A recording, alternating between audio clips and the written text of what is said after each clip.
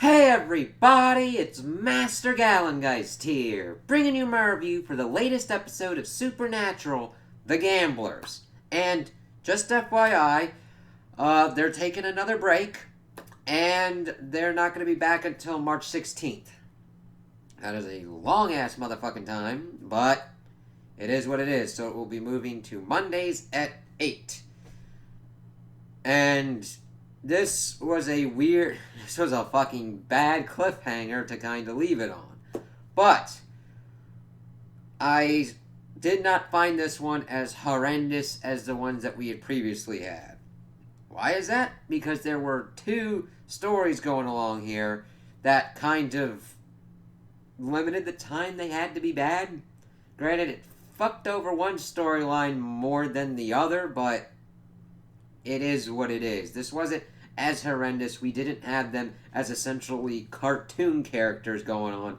This seemed more like a run of bad luck going on rather than them being normal.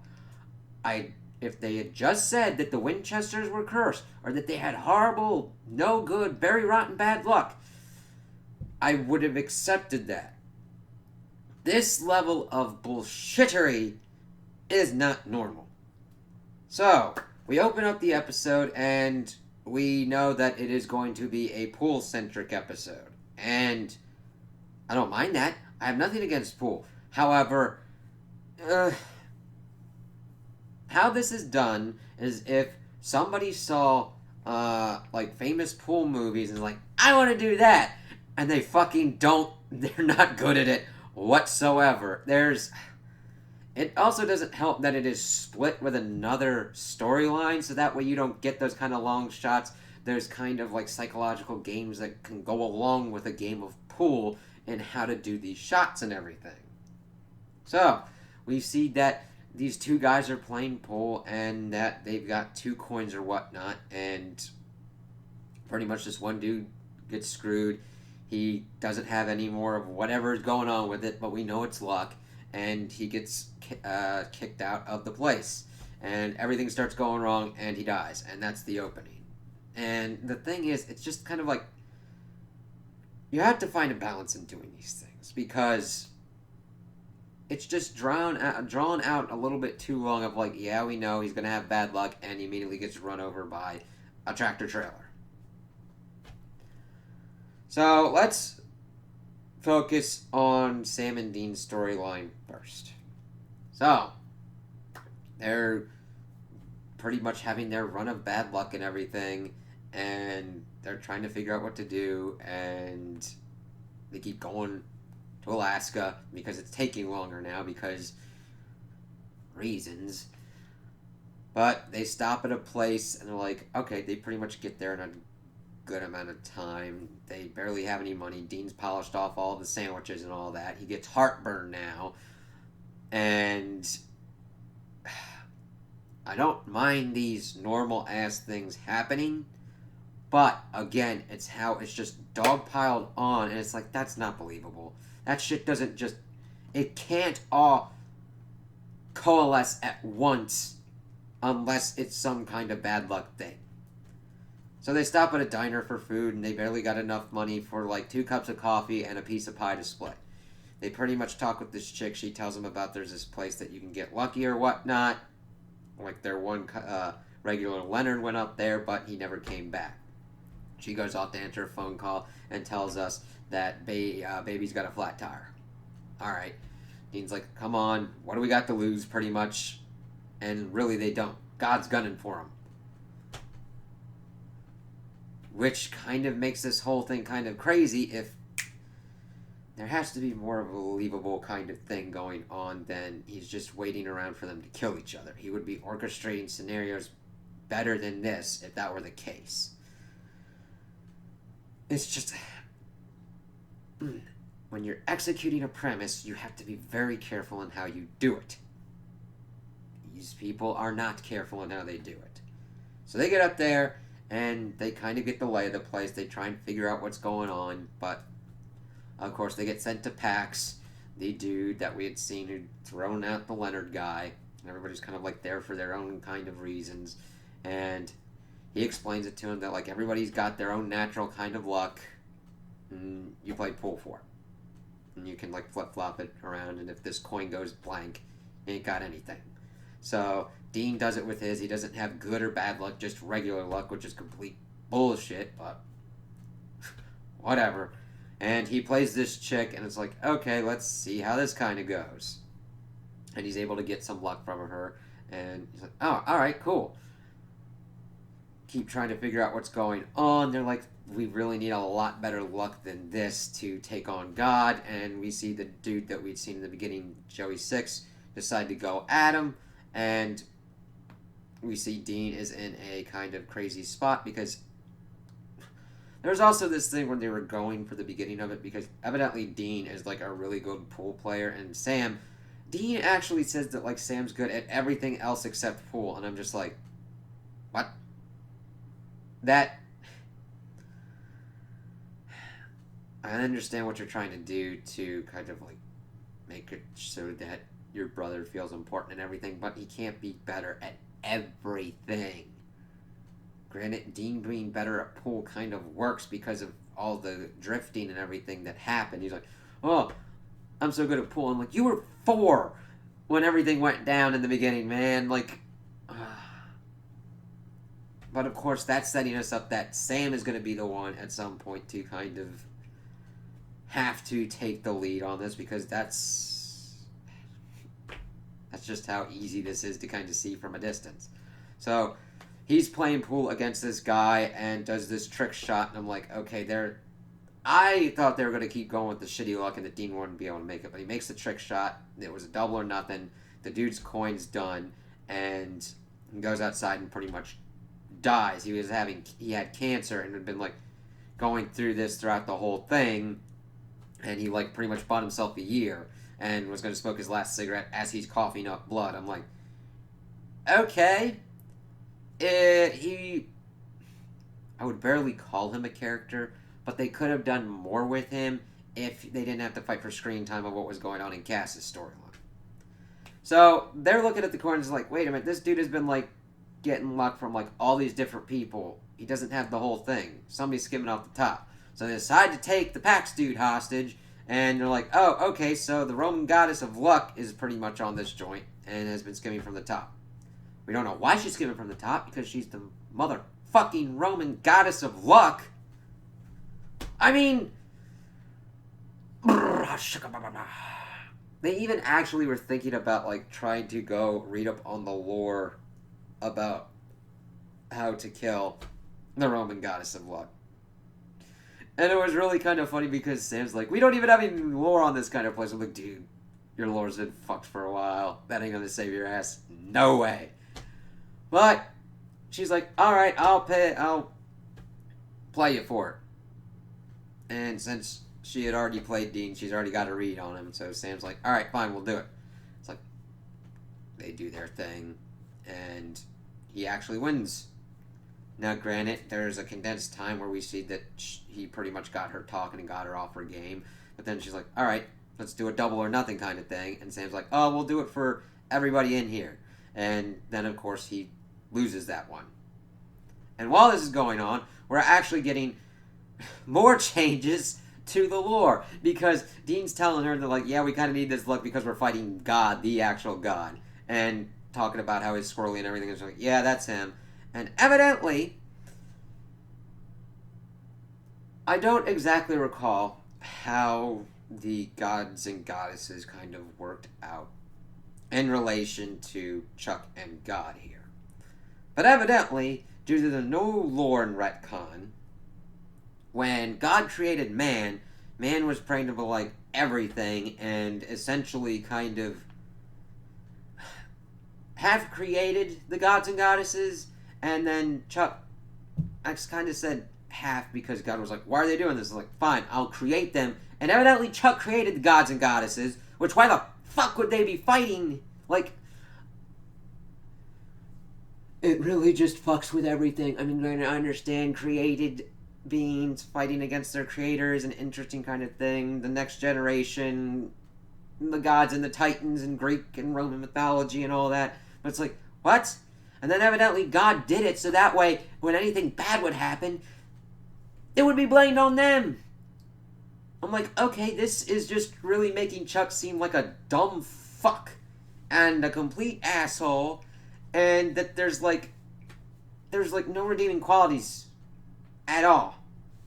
And I don't mind that in a villain. There could be like villainous villains, but I mean, it's just so mustache twirly at this point and fucks with other lore and shit that it's like, I could have almost accepted if she was talking about how the gods and goddesses worked in this world, is that man was created and they were praying to all these things, and their belief created these beings because God created man in his image, and thus with all of our kind of power and our belief created something ourselves. And that would have been interesting. But no, Chuck essentially created a whole other subset of people to deal with, and that he would have to fuck around and deal with. It's like, oh, okay, another group that's kind of essentially on the level of angels, but they aren't angels. Kind of like the Leviathans, or like another thing of like proto-people, angels. It's like fucking raw. It just fucks with shit. And this is only half the fucking episode.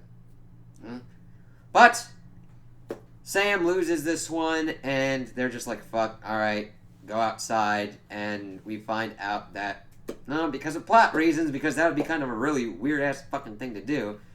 Also doesn't help that, like, oh, I'd get to kill you people, your lives would be mine. I'm like, if they're fighting God, and God doesn't want them to, there's no tension here, because you're like, God wants them to kill each other. There's no way that this Roman goddess is gonna fucking take them out.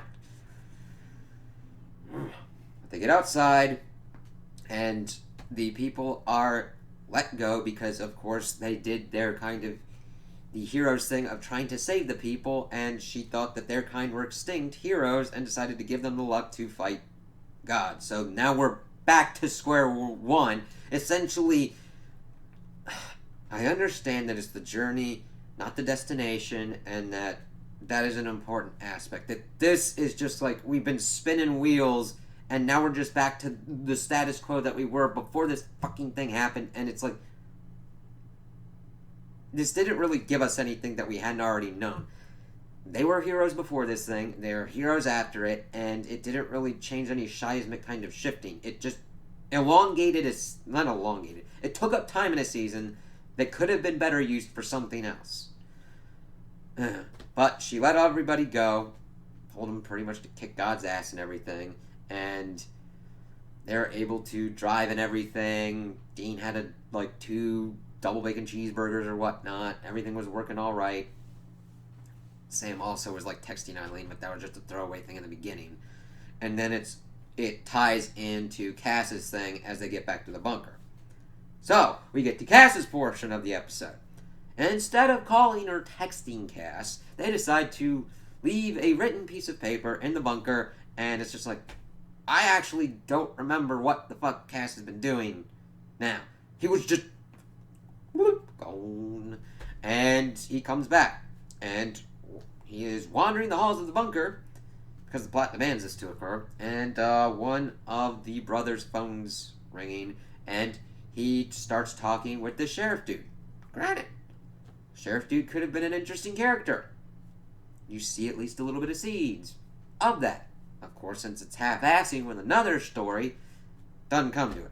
Because evidently, we just get that there's like this weird murder that's going on. Of course, he decides to give him the video, and we see that he is calling because it could be Jack Klein. And it's like, what the fuck?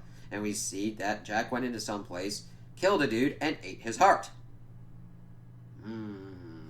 Okay, it's fucking weird.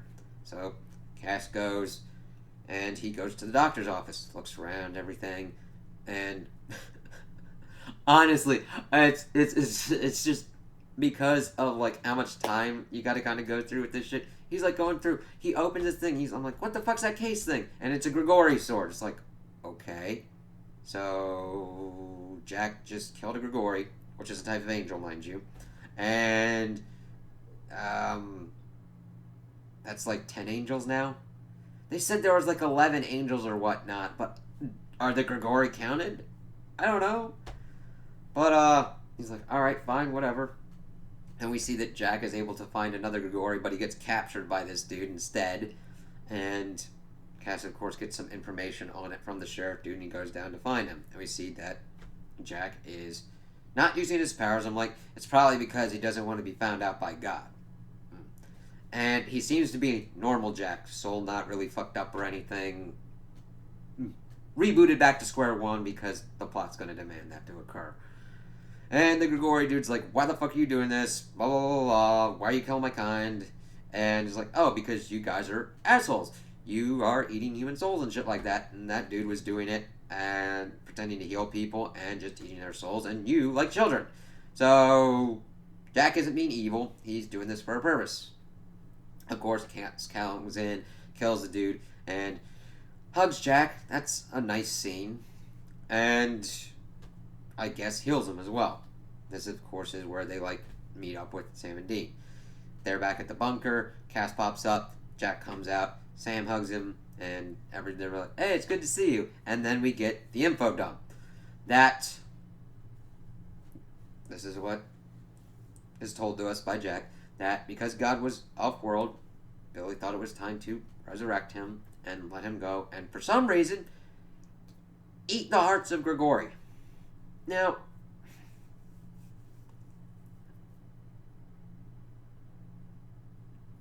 I understand that there's weird aspects with the whole possession stuff.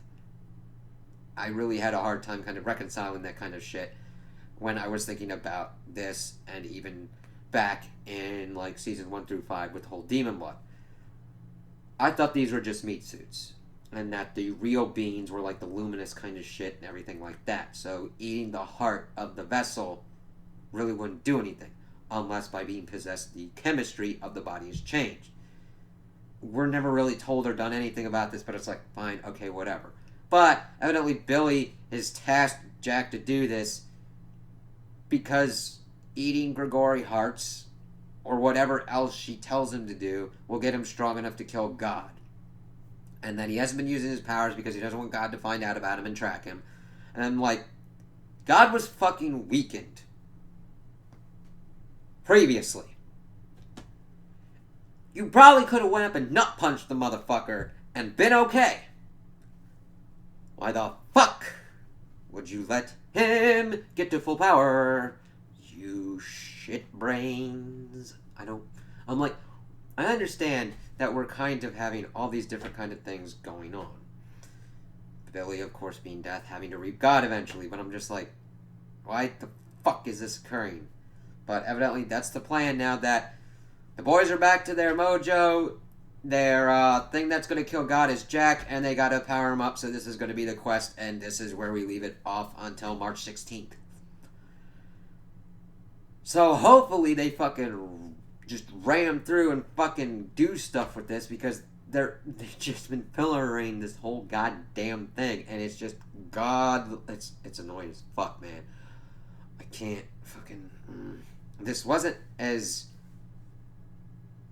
anger inducing as the previous two, but it's still there. It's like, you are just gonna fucking turd circle this thing, aren't you motherfuckers? I'm just like, fuck. I mean, Lucifer's in the empty. There's all of the fucking demons and angels Sam and Dean have killed throughout the years that Billy could have went, you know what? I'm the embodiment of the elemental force of death. How about I just up these motherfuckers and just kill this weakened Chuck?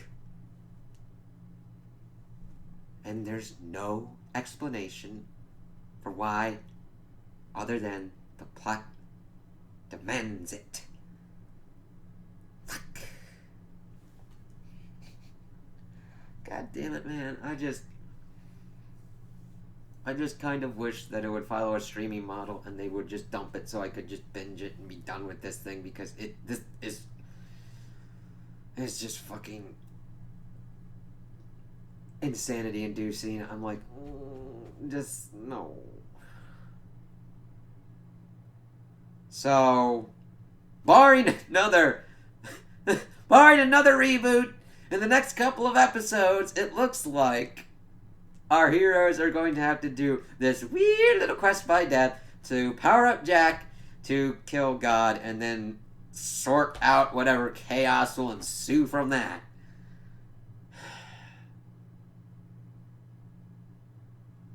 I used to look forward to this show. Now I'm just like, how can it get worse? Oh! That's how. So, we will have to see how this all shakes out. So those are my opinions on the episode. Tell me what you guys think in the comments below. If you liked it, if you didn't like it, if you agree with me, if you disagree with me. Also like and subscribe, and I hope you have a good day.